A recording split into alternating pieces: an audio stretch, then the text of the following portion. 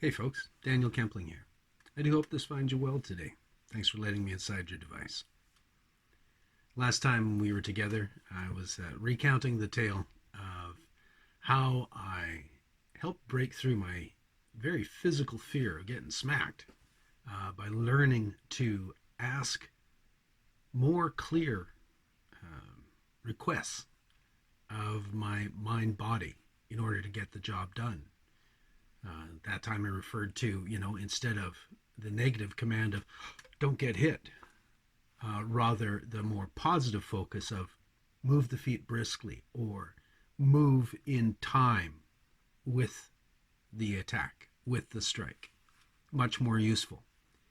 In this sense, you don't extinguish your fear. We've got to be clear about that because there's a whole bunch of talk about extinguishing your fears, overcoming your fears. Haven't seen much evidence of it, got to be honest. But there can be a point where, let me use this analogy. If you view your fear as an irritating passenger in the seat beside you there, driving along the road of life, now this fear's got a lot of stuff to say. It, in fact, won't shut up, and it's full of opinions. But let's be clear. That guy, he never gets to grab the wheel. And that is really what this focusing on the positive is. It's not discounting all the, chemical stew that's going on inside your brain in dealing with things you'd really rather not have happen. But it allows you to stay focused on something that you would prefer. Sometimes we think of it in a high-minded way or in a Buddhist approach, perhaps confronting the world without preference or aversion. Well, yeah, I'm down with that on a deeper philosophical sense, but I prefer to stay alive. I prefer to be financially sound. I prefer to be free from disease. There's a lot of things I prefer and I will seek vigorously. Anyway, I wanted to expand on this idea about giving the system clearer directions towards preferred outcomes.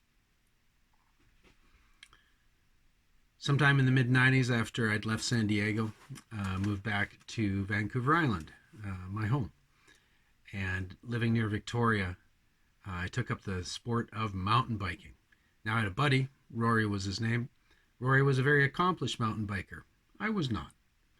But being a dude, I bought myself an expensive mountain bike so that I could enjoy the sport of mountain biking. Rory took me mountain biking for the first time, not on a simple trail, but on what is known as the Black Diamond Run of the Heartland mountain bike trails, just north of Victoria. For them that know, you know it. Great trails. I guess Rory thought because, I'm like super duper martial arts dude, that I'll just naturally, in some sort of channeled Bruce Lee kind of way, know how to technically mountain bike. No, it didn't work out that way. I spent a fair bit of time on my face rolling down hills. I think after about the fourth time, as I was on the side of the hill, leaking from a few spots on my body and really thinking that mountain biking wasn't that cool right then, Rory came up to me and sat down beside me in the way that kind of fellow knuckle draggers do when they know you're suffering a bit, and said to me, "Daniel, do you mind me saying something about your riding?" Inside, I'm like, hell no, man, I don't want to hear anything right now. I just want to go home and have a beer and forget this day. But outwardly, I said, "Yeah, sure, Rory. What's up?" And he goes, "You're focusing too much on the obstacles, dude. Man, just, set your tire in your mind's eye 2 bike lengths ahead of you. Screw the other shit. Just keep your mind ahead of you on where you're going, right? You bring the obstacles with you, but just, you'll get down the hill way better, dude." To quote Keanu Reeves. Whoa. Worked. I like things, like I said earlier in our discussions, I really like things you can test. This worked. I didn't learn things about balance, about braking, about this, about that. He just gave me an artistic suggestion, which was Put your tire a couple bike lengths ahead of you in your mind's eye. Hold it there. Now, I've spent decades filling in the blanks on what all the rest of that stuff is.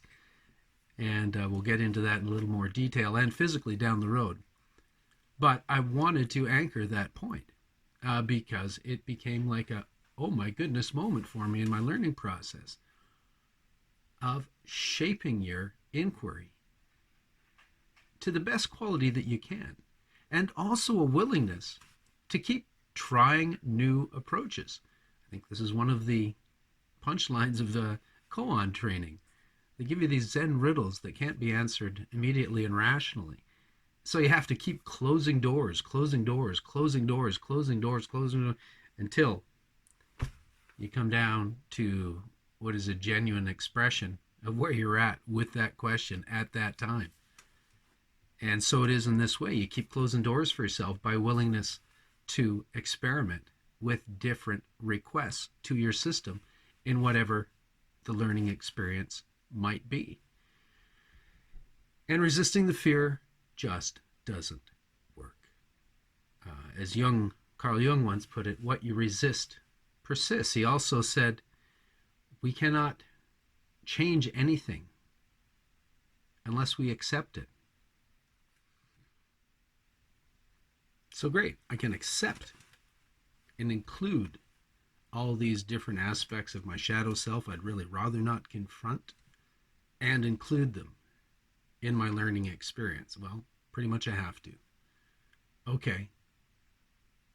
But geez, I still keep getting knocked off my game again and again when I have set one of my primary objectives along this grand quest that things be practical in application in my life.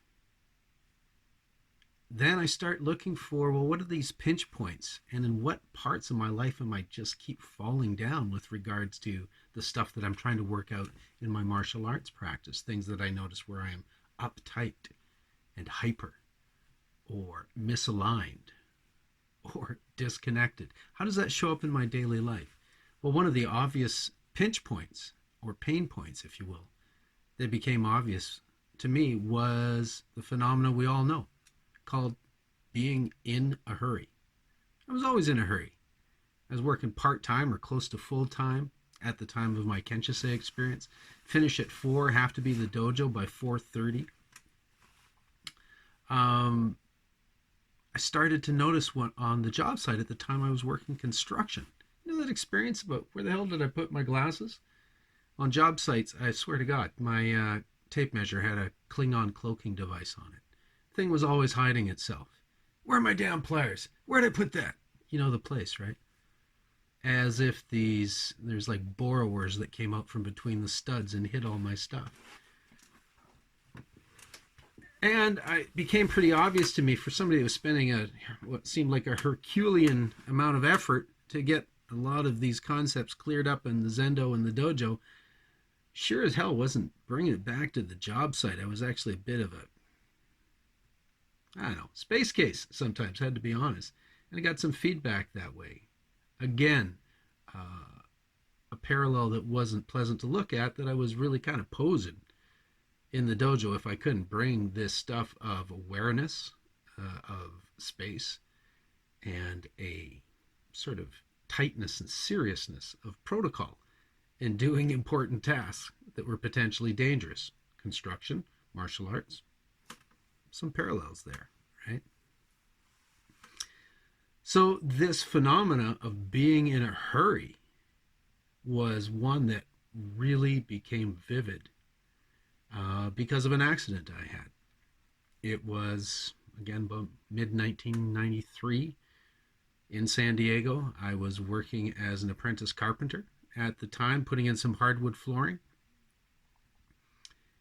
It was the end of the day, and I was trying to get this one piece done fast. I was supposed to clamp down each piece before I routed the little groove into the end of the dado, as we call it. I was reclaiming some old hardwood, so I had to put some grooves into the end of the solid offcuts to fit in for this tongue and groove.